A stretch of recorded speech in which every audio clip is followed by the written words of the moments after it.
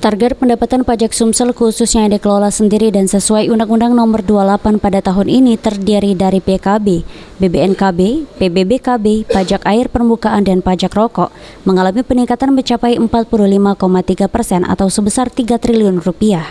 Terjadinya peningkatan pajak tersebut dikarenakan pada tahun ini ada perubahan perda terkait PBBKB yang dikenakan di industri yang selama ini tarifnya 0, kini menjadi tarif tunggal sebesar 7,5%.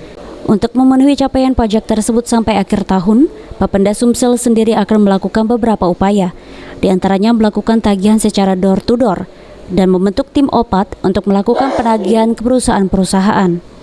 Kita sudah mempunyai tim OPAT, namanya tim optimalisasi pajak daerah, di mana tim ini bekerja ke lapangan langsung dengan mendatangi perusahaan-perusahaan. Jadi di sana langsung tercakup dengan pajak kendaraan bermotor, pajak bahan bakar kendaraan motor, pajak air permukaan, bisa kita kejar di sana.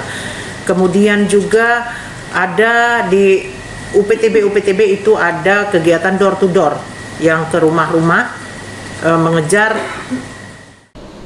Secara total pada tahun ini target pendapatan pajak Sumsel sebesar 9 triliun rupiah yang berasal dari beberapa sumber.